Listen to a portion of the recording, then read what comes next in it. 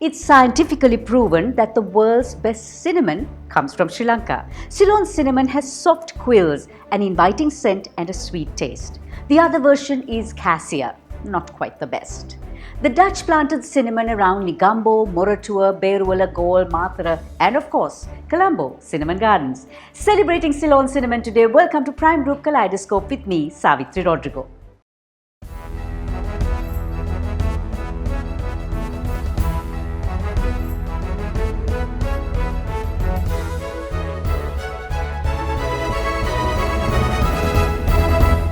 You can watch Kaleidoscope with Savithri Rodrigo on YouTube, Instagram, Facebook and LinkedIn. Your dose of good news today has the British Academy's Book Prize winner, an inventor with a global first, saving today for tomorrow and the Facing Maha inspiration, plus loads more. Welcome to 88 Residence, Kaleidoscope. Invest just 3 million and own your dream home. Pay 25% in 2.5 years, 55% at the handover with zero interest. Prices starting from 14.5 million. 0710 888 444. 88 Residence, Prime Group. And now a quick look at the week that was on Snapshot. The Central Bank of Sri Lanka estimates that COVID-hit businesses in Sri Lanka received support of over 4 trillion rupees from the financial sector. Sri Lanka's foreign reserves dipped to $2.3 billion at end October, a further decrease from September's $2.7 billion. Commercial banks gave only 29.1 billion rupees in fresh credit to the private sector in September. Sri Lanka's Dr. Vajira Chitrasena and Professor Indra Dasanayake were conferred India's highest civilian honour, the Padma Sris Award for Distinguished Service to Society. Queen Elizabeth turned down the Oldie of the Year award, saying she did not meet the criteria. And an 87-year-old from Sri Lanka became the oldest at York University to get her master's. Mamma Mia legends ABBA will release Voyage, their first album in 40 years.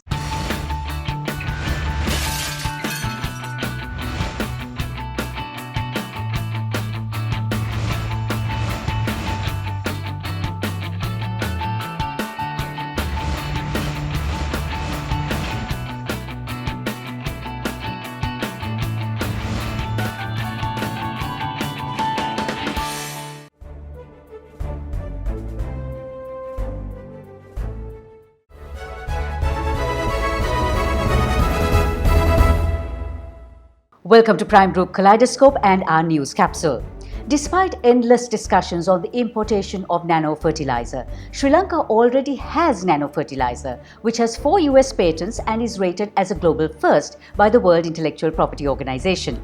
Developed by Slintech, the inventor, Professor in Chemistry and Head of the Department of Chemistry at the University of Sri Jayawardhanapura, Professor Leila Gonodwa, was named one of the 9 most inventive women scientists for her invention. I asked her what's so unique about this nano-fertilizer. It is a solid fertilizer formulation which is added to the soil. And secondly, it has 40% nitrogen compared to urea. Urea has 46%. This particular formulation has 40% high nitrogen loading. In addition, this fertilizer is able to give phosphorus, and calcium nutrients to the plants too. The nanoparticle used in this innovation is hydroxyapatite, which is not toxic to the human cells or to the soil. So it is environmentally friendly and also economically feasible. And in news from the Colombo Stock Exchange. This week, the All Share Price Index remained unchanged, while the average daily turnover moved up to 7.7 billion rupees. WTI oil prices moved down slightly to $81 per barrel as the US dollar surged. Gold prices finally moved up this week to the $1,850 per ounce level at a 5-month peak. Sri Lanka's largest and undisputed leader in life insurance, Srilanka Life, is also known for constant innovation of products and services. Srilanka Life Future Saver is a product that focuses on planning for the unexpected and presents a smart cushion of assurance to meet future goals. Here's Senior Brand Manager Pramoda Samarasinghe with more details. Future Saver is an exclusive wealth accumulation plus life protection plan that supports you in building a strong fund to achieve your future goals while protecting your life against uncertainties. The unique feature of this plan is that it enables you to progress to your long-term goals by intelligently saving only for a short period during which your financial stability is at its peak. In brief, you only need to pay premium either 5 or 10 years, but your wealth will grow and your family will remain protected for an extended period. Future Saver plan has special inbuilt features. One is premium assurance benefit, that in the unfortunate event of your demise or total and permanent disability, Srilanka Life will waive off the premium of your basic plan and will build the future fund for your loved ones. Business aviation will be revolutionized with this bullet airplane, the Autocelera. It burns less fuel, is 5 times more efficient than other turboprop aircraft and 8 times more efficient than jets. And this is the world's most expensive picture frame, encrusted with over 10,000 diamonds. Its sales tag is $2 million. Welcome to 88 Residence Kaleidoscope. Invest just $3 million and own your dream home. Pay 25% in 2.5 years, 55% at the handover with zero interest. Prices starting from 14.5 million. 0710 888 444. 88 Residence, Prime Group. Next up on Srilanka Life Let's Talk is Professor Sujit Sivasundaram, the winner of the British Academy's Book Prize for Global Cultural Understanding. World of risks and obstacles, we are there to help you reach your goals. With 12 billion rupees worth of customer benefits in 2020 and a life insurance fund worth over 100 billion rupees. Our strength is your strength. You focus on your goals. We will take care of the risks. Srilanka Life.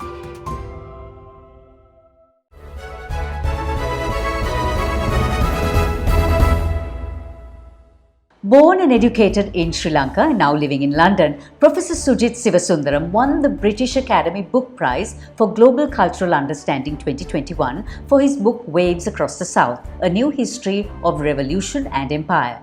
This book has also been shortlisted for the English Pen Hasselt-Tiltman Prize. A multi-award-winning Cambridge scholar, Sujit is a professor of world history at Cambridge and fellow in history at Gonville and Caius College.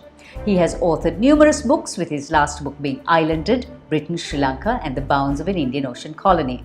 I'm delighted to announce that the winner of the 2021 British Academy Book Prize for Global Cultural Understanding is Waves Across the South, A New History of Revolution and Empire by Sujit Sivasundaram. Thank you so very much to the jurors and to everyone at the British Academy. Congratulations, Sujit, and this is truly a remarkable honor also for me to have you on the show. When jury chair Professor Patrick Wright, FBA, announced the winner, what actually went through your mind? Oh, I was very surprised, of course, when he rang me up. And over the last few weeks, I have been reading the other books that were shortlisted next to mine. And so, in fact, in my own head, had already awarded the prize to some of the other books which I had read because I really loved them. And so it was a real shock to hear that I had won this prize. So you disliked history while at school. I mean, you went to Cambridge on scholarship to study engineering, but switched to history. And after that, of course, it's all been history because you taught history at LSE, now at Cambridge, and in between Sydney, Paris, you name it. And here you are, a historian. What actually prompted that change? Yeah, so when I think back to being in school in Sri Lanka, I think back to those government-issued textbooks, and the book for history would have, well, the whole point was that you just memorized all of it, all the dates, all the information, all the names of all the kings, and so forth. And then you reproduced all that memorized information in an exam, which often involved multiple choice answers and questions and answers. So really, the point of that kind of historical education is that there's a right answer and there's a wrong answer. And history is very dry. You just need to kind of learn up all this factual information and just spurt it out, kind of give it all out again. But so in some ways, to like history has meant that I've had to reconsider that whole idea of what it is as a discipline. I've had to understand that in fact, it's about what it means for us to be human beings. It's about understanding how we've come to be where we're at as human beings. Why is there a climate crisis? Why are there persistent modes of inequality? Why is there a surge in nationalism around the world right now? These sorts of big questions, to kind of approach the past with these big questions, and then to immerse oneself in the sources, in the evidence, in order to generate new ways of thinking about the challenges that we face. So while going through and writing through Waves Across the South, what was the most fascinating revelation you had? When I traveled to Tasmania or Tonga or to even Singapore, which I already knew a little bit, I was really struck by the fact that there is something that is shared between island societies, right? And I think that has really stuck with me as a Sri Lankan, right? Because island societies are small, but they have faced enormous challenges as modernization has unfolded in the 19th and 20th centuries. Though they're small, they're biodiverse, and so they're really good places for people to work out difference between different animals, but also different human beings, I could arguably say. Because they're small, they're open to quite big programs of invasion by outsiders. And also they can feed into actually the creation of strong states of various kinds. What is the biggest lesson we can all learn from our global past to help the world navigate our future? There have been links and exchanges across territories and states in the global south. So between India and Mauritius, or between Tonga and the rest of the Pacific world, between Sri Lanka and Burma, Myanmar, for instance, etc., right? And so building on that, I think one of the lessons is that if there are modes of exchange and solidarity in the global south between smaller states, it may be possible to find a different way forward with some of the challenges that we face, like the climate crisis. We might be able to think about sustainability in a very different way if we go beyond the solutions of the global north, and if we actually work together, not as states which necessarily have a narrow national vision, but actually as states which sort of want to sort of work together across the space of the Indian Ocean and the Pacific Ocean. Being a little nostalgic about Sri Lanka, Sujit promises that his next quest will surely be a book on Sri Lanka. That was the winner of the British Academy's Book Prize for Global Cultural Understanding 2021, Professor Sujit Sivasundaram.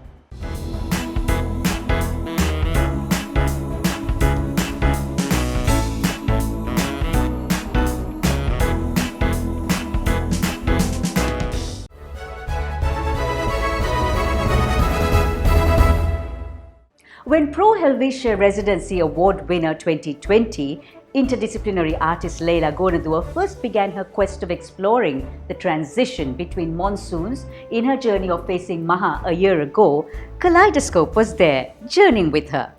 Her discoveries have been revealing, reflective, emotive and intriguing, as was seen in the fascinating collection showcased at Barefoot recently. I caught up with her as she vacationed in the freezing cold of Kathmandu. Hello Leila, and looking at this amazing collection, what was your biggest challenge in facing Maha? Challenge was the mental fatigue that set in. Moving from place to place, and you're not just passing through, you are actually settling down. And there were times that I wanted to settle down seamlessly, and there were times that I didn't want to, and there were times that I had to. And what inspired you most? The countless number of people who've done it before me and who are doing it right now for reasons that are far greater than mine. And this whole idea of home, it has ceased to have any meaning for me in its tangibility. And my quest and my trying to understand this concept of home has definitely augmented this whole process of facing Maha. Do stay safe. We'll be back next week. Here's our Kaleidoscope takeaway. A person has two hands, one for helping himself and the other for helping others.